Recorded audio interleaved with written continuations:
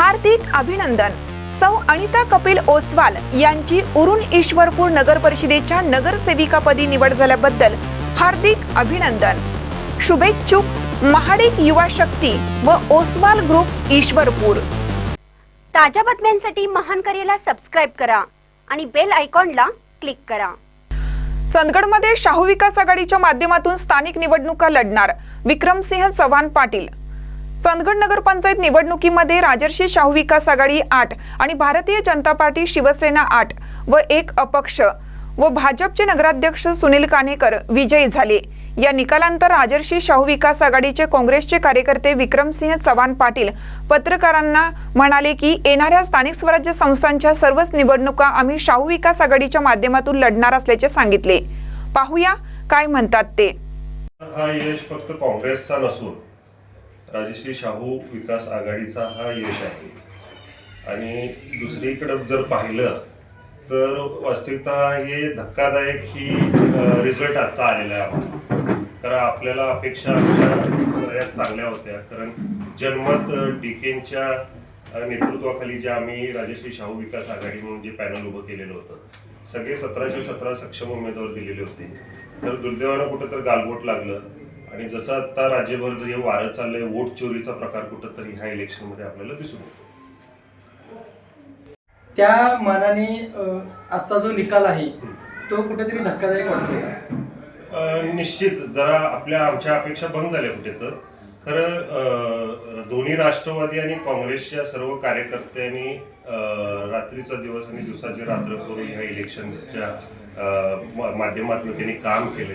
जनतेसमोर गेल्या 5 वर्षाचा जो विकास अजेंडा होता तो त्यांनी विकास केलेल्या कामाची जी पूर्तता केलेली होती ती सगळी जनतेसमोर ठेवून पुढच्या भविष्यातल्या 5 वर्षामध्ये उर्वरित असलेली जी काय चंदगड नगरीच्या विकासाचा जो अजेंडा होता तो लोकांसमोर प्रचाराच्या माध्यमातून घेऊन जाऊन हा लढा दिला। तर दुर्दैवानं आपल्याला बऱ्यापैकी इथे यश संपादन करता आलं नाही, त्या बाबतीत जराशी खंत वाटायचं।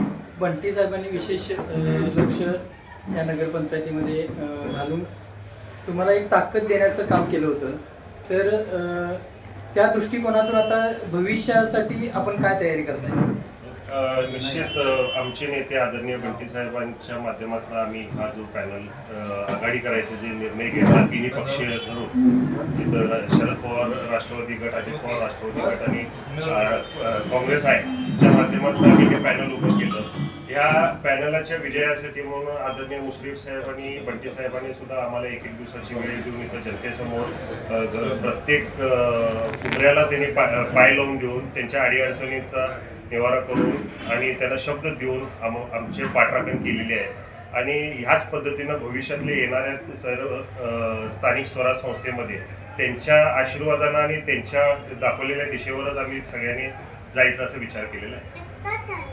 काँग्रेसचं ही यश पाहता आता स्थानिक स्वराज्य संस्थेची समीकरणं कशा पद्धतीने असणार आहे? मगाशी म्हटल्याप्रमाणे हा फक्त काँग्रेसचा विजय असा नाही आहे, राजश्री शाहू विकास आघाडीचा विषय आहे।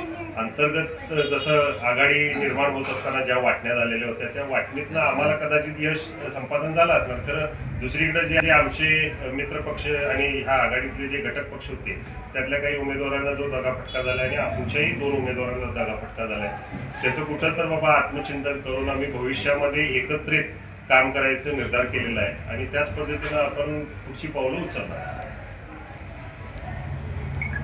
महानकर न्यूजसाठी प्रकाश रायनापुरे, चंदगड।